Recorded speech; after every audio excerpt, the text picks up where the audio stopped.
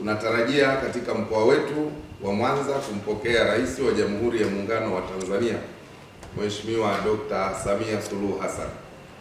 Mheshimiwa Rais wa Jamhuri ya Muungano wa Tanzania Dr. Samia Suluhu Hassan atafanya ziara maalum kabisa ya kikazi katika mkoa wetu kuanzia tarehe 19. Lakini Rais wa Jamhuri ya Muungano wa Tanzania atapokelewa uwanja wa ndege wa Mwanza tarehe 15 kuanzia saa 8 mchana.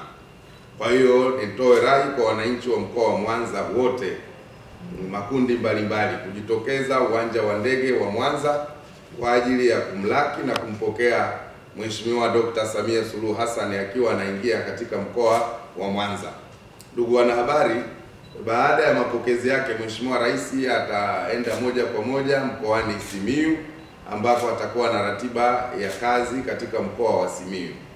Kwa hiyo kwa upande wa mkoa wa Mwanza, ratiba yake rasmi itaanza tarehe 19 saa 5 mchana ambapo Mheshimiwa Rais wa Jamhuri ya Muungano wa Tanzania Dr. Samia Suluhu Hassan atafanya kazi ya kuzindua daraja la Kigongo Busisi almaarufu kama daraja la John Pombe Magufuli, na tarehe 20 mapema kabisa saa 3 asubuhi Mheshimiwa Rais wa Jamhuri ya Muungano wa Tanzania atazindua mradi wa maji wa Butimba. Mradi huu wa maji wa Butimba una thamani ya shilingi bilioni 71.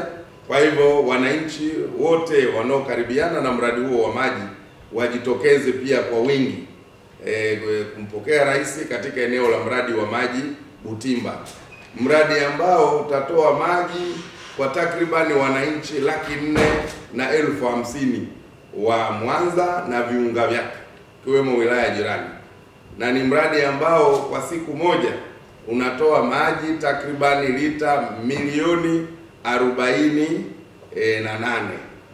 Kwa hiyo ni mradi mkubwa sana na ambao utakuja kukomesha kabisa tatizo la maji katika jiji la Mwanza na vitongoji vyake.